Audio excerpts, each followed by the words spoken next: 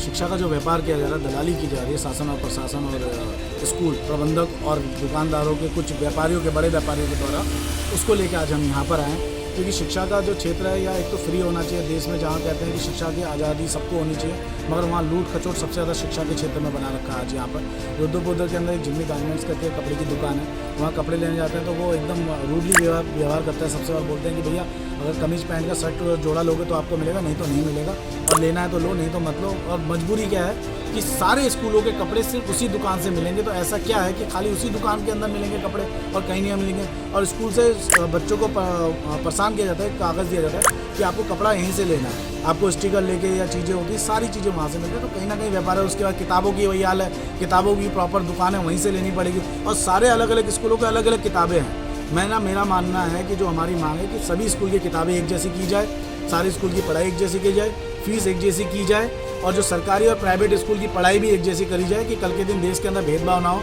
ये जो जातिवाद वाला सिस्टम जो बीजेपी कांग्रेस ने बना रखा है देश के अंदर कि SC ST OBC, उसी तरह इन्होंने स्कूल के अंदर भी खोल रखा है। हर स्कूल की किताब अलग, पढ़ाई अलग, चीज़ें अलग। एक ही क्लास में बच्चे पढ़ने वाले अलग अलग किताबें पढ़ना, तो क्या फ़ायदा है उसे शिक्षा का?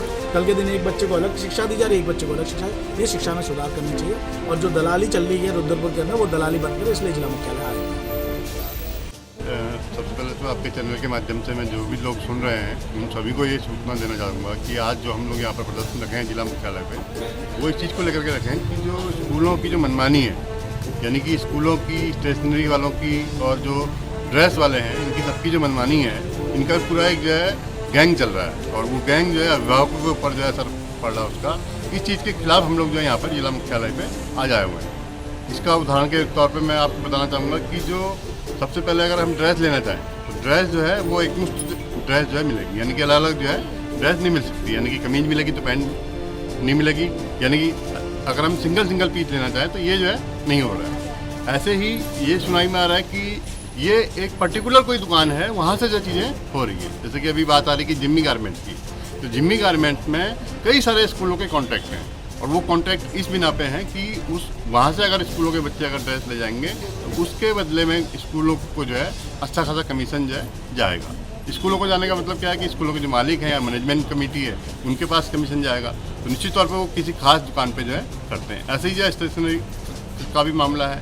पिछले दिनों जब जिला प्रशासन या मतलब सरकार के माध्यम से ये चीज़ें बहुत ज़्यादा ऊपर आई थी और उसमें जो है रोक लगाने की बात हुई थी, और हाई उच्च स्तरीय कमेटी बनी थी, और उसने फीसों पर लगाम लगाने की, स्टेशनरी पर NCERT का कोर्स लगाने की, ड्रेस में जो तमाम सारी चीज़ें हैं, इन तमाम सारी चीज़ों पे जो है रोक लगाने की एक कोशिश की थी। लेकिन वो क्या रहा, वो जो है 9 दिन चला 2.5 कोर्स की जो कहावत है, वो कहावत जो उसी रूप में आई, वो 2-4 दिन तो लागू हुआ, लेकिन उसके बाद वो आपने की है फीस अभी गवर्नमेंट की निर्धारित नहीं हुई है। इसके लिए कमेटी बनी है। सुझाव यहाँ से 2020 से 21 में ध्यान नहीं आ रहा मुझे, ये शासन को जा चुका है कि इंग्लिश मीडियम की फीस कैसे निर्धारित की जाए।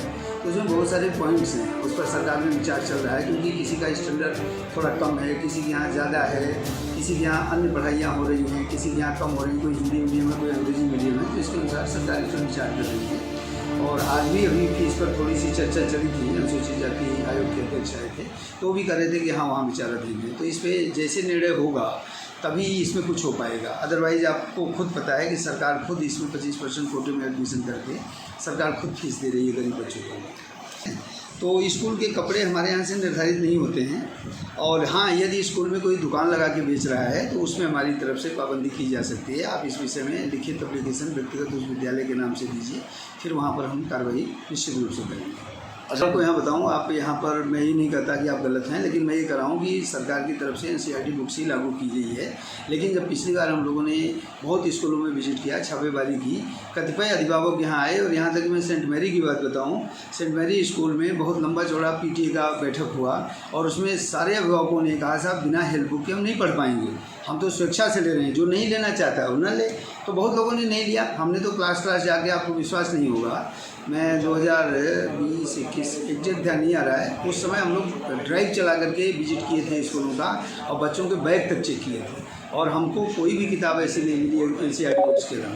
बल्कि कई राज्यों ने यहाँ तक आए कहने के लिए कि साहब हम बच्चों को पढ़ा रहे हैं, आप पढ़ने नहीं दे रहे हैं। तो ऐसा नहीं है कि सरकार की तरफ से पूरी पाबंदी है, सरकार की तरफ से पूरी बात है कि एनसीईआरटी बुक्स लागू की जाए, लेकिन चूंकि बच्चे को आगे ले जाना है और गार्जियन अपना खरीद रहा है तो इसमें फिर हमारा रोल नीचे हो जाता है।